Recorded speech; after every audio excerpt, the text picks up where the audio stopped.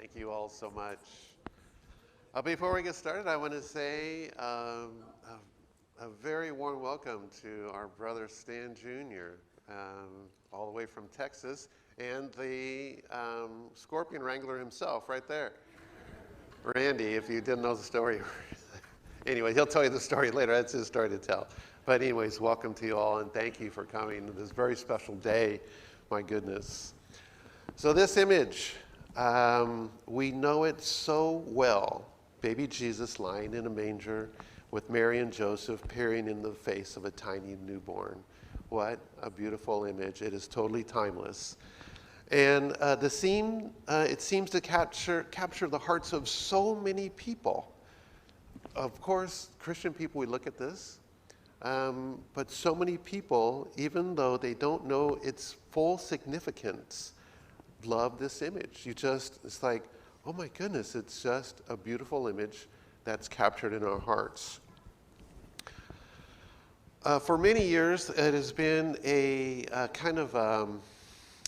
it's a tradition that we go to see the lights, and I know a lot of you guys have too in Yorba Linda. There's a whole community in Yorba Linda, and the whole place, they set their lights up, and we go through the community. There's a few Scrooges, but just a few, but we go through the lights and everything.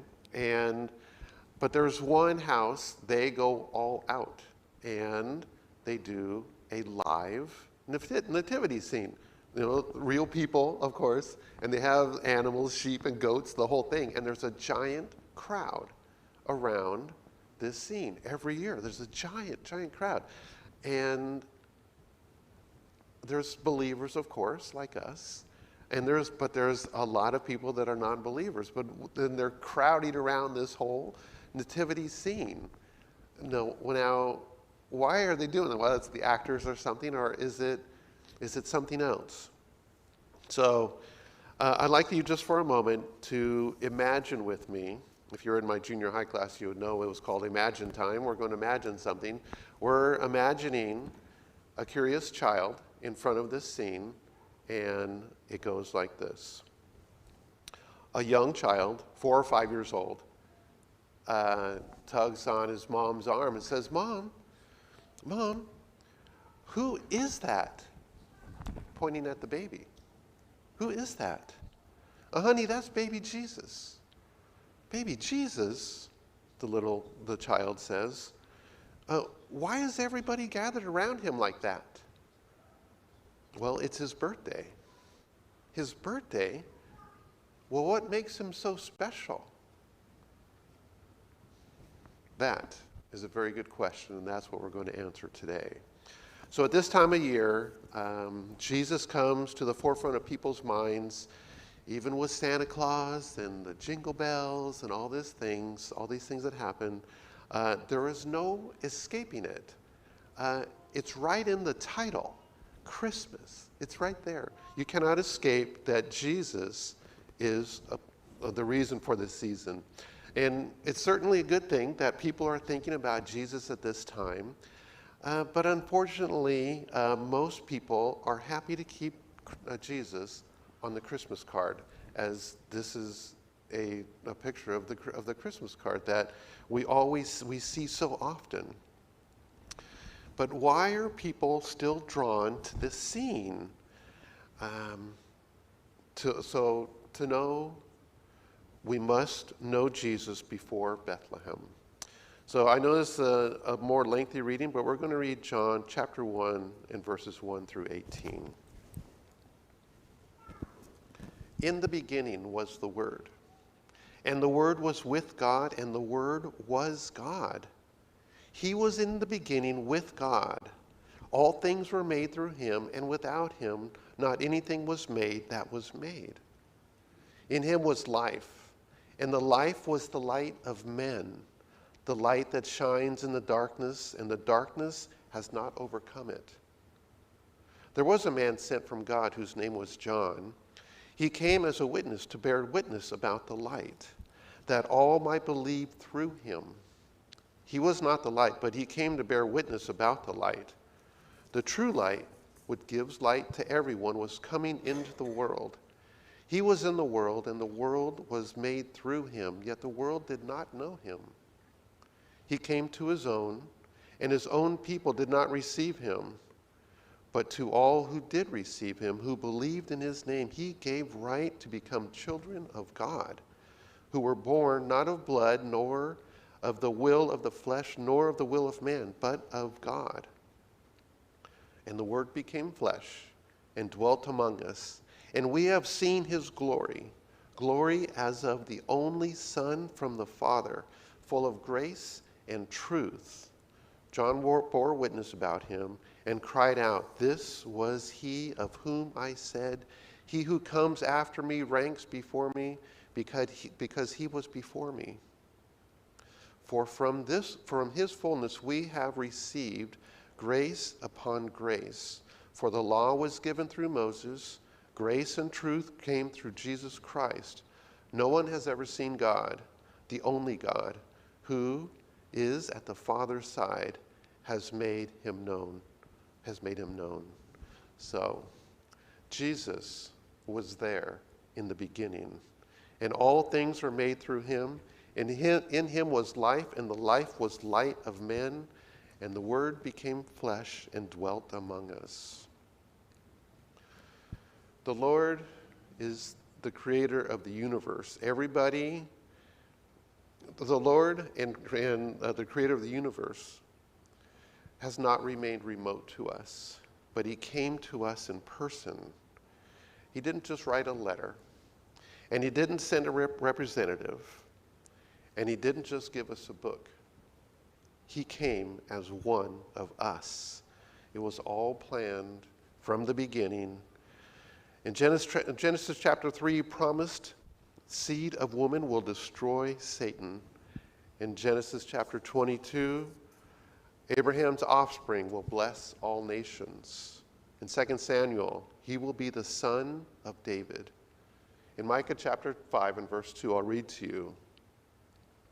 "But you, O Bethlehem, Ephrathah, who are too little to be among the clans of Judah, from you shall come forth for me the one who is to be the ruler in Israel, whose coming forth is from of old, from ancient of days." In Isaiah 6, 9 and 6, it was read to us, I'll read it again. "For to us a child is born, to us a son is given, and the government shall be upon his shoulder, and his name shall be called Wonderful Counselor, Mighty God, Everlasting Father, Prince of Peace." Long before Bethlehem, God reveals his plan to save the world.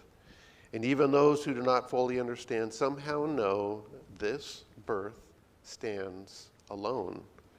The people that are going around, we see it as we go through the neighborhoods, and we see. So last night we were at my Candy's family's house for Christmas, and we parked, and the whole front yard was totally filled with all big figurines and stuff. Well, half of the yard has the nativity scene, and the other half of the yard, Santa.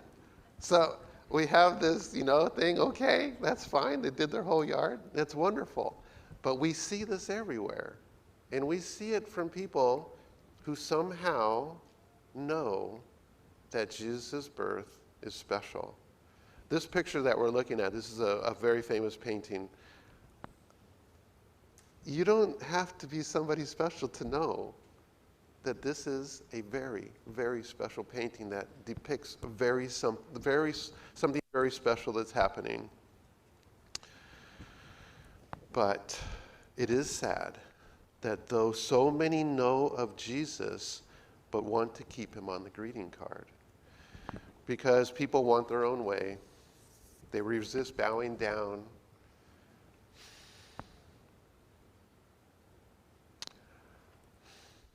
So let's go back to that scene we talked about a few moments ago. The scene in front of the live nativity that we've seen that has happened so many times, and let's play it a little bit differently from a mom who is a believer. Starts out the same. "Mom, who is that? Honey, that That is baby Jesus. Baby Jesus. Why is everybody gathered around him like that? Well, it's his birthday. His birthday, well, what makes him so special?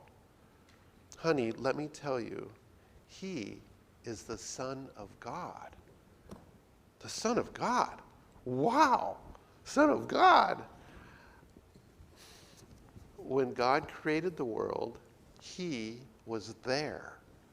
Oh my, wow, he was there at the beginning. He came so that we could live forever.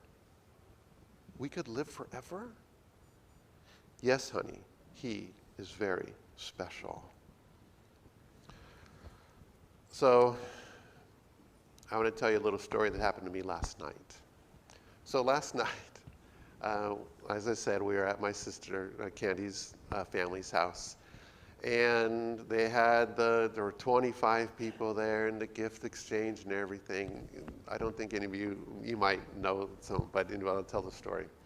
So they had the gift exchange and everything, and the gift exchange, they do the Secret Santa thing and stuff, and they were handing out the gifts and everything. And it got to the end, and I didn't get a gift. And I go, wait a minute, we're supposed to give a gift, you're supposed to get a gift back. And I'm looking around the tree, looking. I could not, it's a small thing, okay? But I could not shake the feeling of having a lump of coal. It was terrible. And I'm looking, I go, and then, okay, well, I wasn't going to say anything. And it's like, but I couldn't shake this terrible feeling of not getting a gift. It was, I don't know, it was just a weird thing, but I couldn't shake it. And then my sister-in-law, I don't know how if I looked sad or something. I think I looked sad. But Candy's niece who organized the thing, she came up and she said, "Oh, Tim, I am so sorry. I am so sorry." And actually Candy got 2 gifts. So anyways, but she was so sorry and apologetic that there was a clerical error. And I go, oh, it's okay. But I couldn't shake that terrible feeling of the coal, the movie with the lump of coal. I'm going to tell you something right now. God does not make clerical errors. Everyone is invited to accept the greatest gift of all. Today we're going to get gifts. Most all of us will get gifts. It's wonderful to exchange gifts. You get things and give things and stuff. It's wonderful. The greatest gift of all, the free gift that you have to become like a child in order to accept this free gift from God more than any other, the hope of eternal life. It's a free gift, the greatest gift that can be given of all time.